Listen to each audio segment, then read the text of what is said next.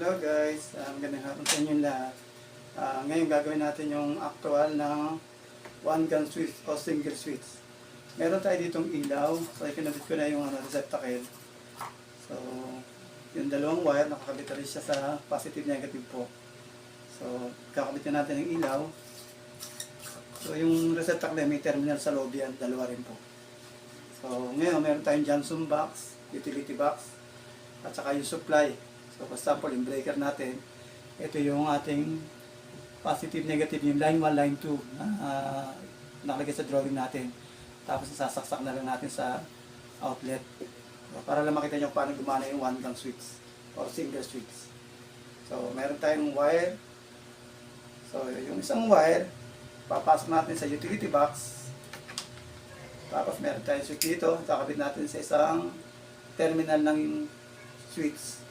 So, ito yung one gun switch na tinatawag. So, tapos, yung galing sa switch, dadalhin natin sa Johnson box, sa may ilaw.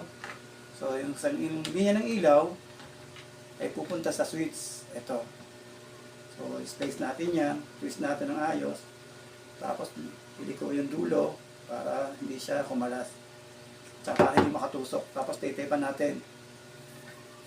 Ito yung nangyayari sa actual pagka ginagawa ito sa bahay nyo o sa mga building, sa mga komersyal. Tapos isang linya ng ilaw, pupunta naman sa supply sa line 1. So ito ipatong natin dito.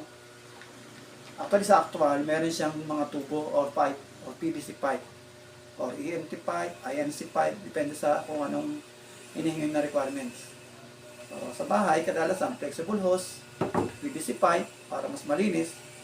So, okay pa natin yan ang line 1. So, ito namang line 2 na galing sa breaker, sa supply, pupunta siya sa switch. Tapos, pupunta siya sa isang terminal. Hindi pwede magkasama sa dalawang terminal dahil direkta na siyang gagana agad or iilaw. So, kahit hindi mo na sa switch, iilaw na siya. So, kailangan dumaan siya sa contact ng switch sa terminal. So, ito. So, ayan. So, nakompleto na natin ang splicing niya at yung sa switch na 1 gun. So, ngayon naman, kailangan pagka nakakabit ka ng switch, ang wiring niya sa utility box, mga siguro 1 ka lang or 4 inches para hindi masayang ang wire. So, minsan kadalasan ang haba ng kinakabit nila sa natanggal. Ayan. So, depende sa requirements sa hinihingi. Minsan kasi pagka sa mga commercial na, direkta na sa 3.5 ang ginagamit na wire. So, itong ginamit ko ay number 14 lamang. So, turnin natin siya.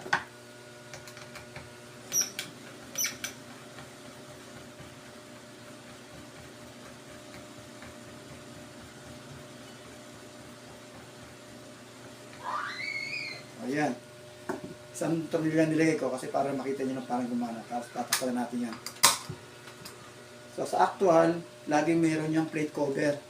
Ang Johnson box with cover kasi yan. Tapos dito, meron tayong mga tinatawag na flexible hose or PVC pipe. So ito, pinakita ko lang sa inyo paano gumana. So sa ngayon, sasaksak na natin siya. So i-knock on na yung breaker. So buhay na natin siya. So ayan. So sana may natutunan kayong kaunting aral sa aking vlog. So, salamat. God bless.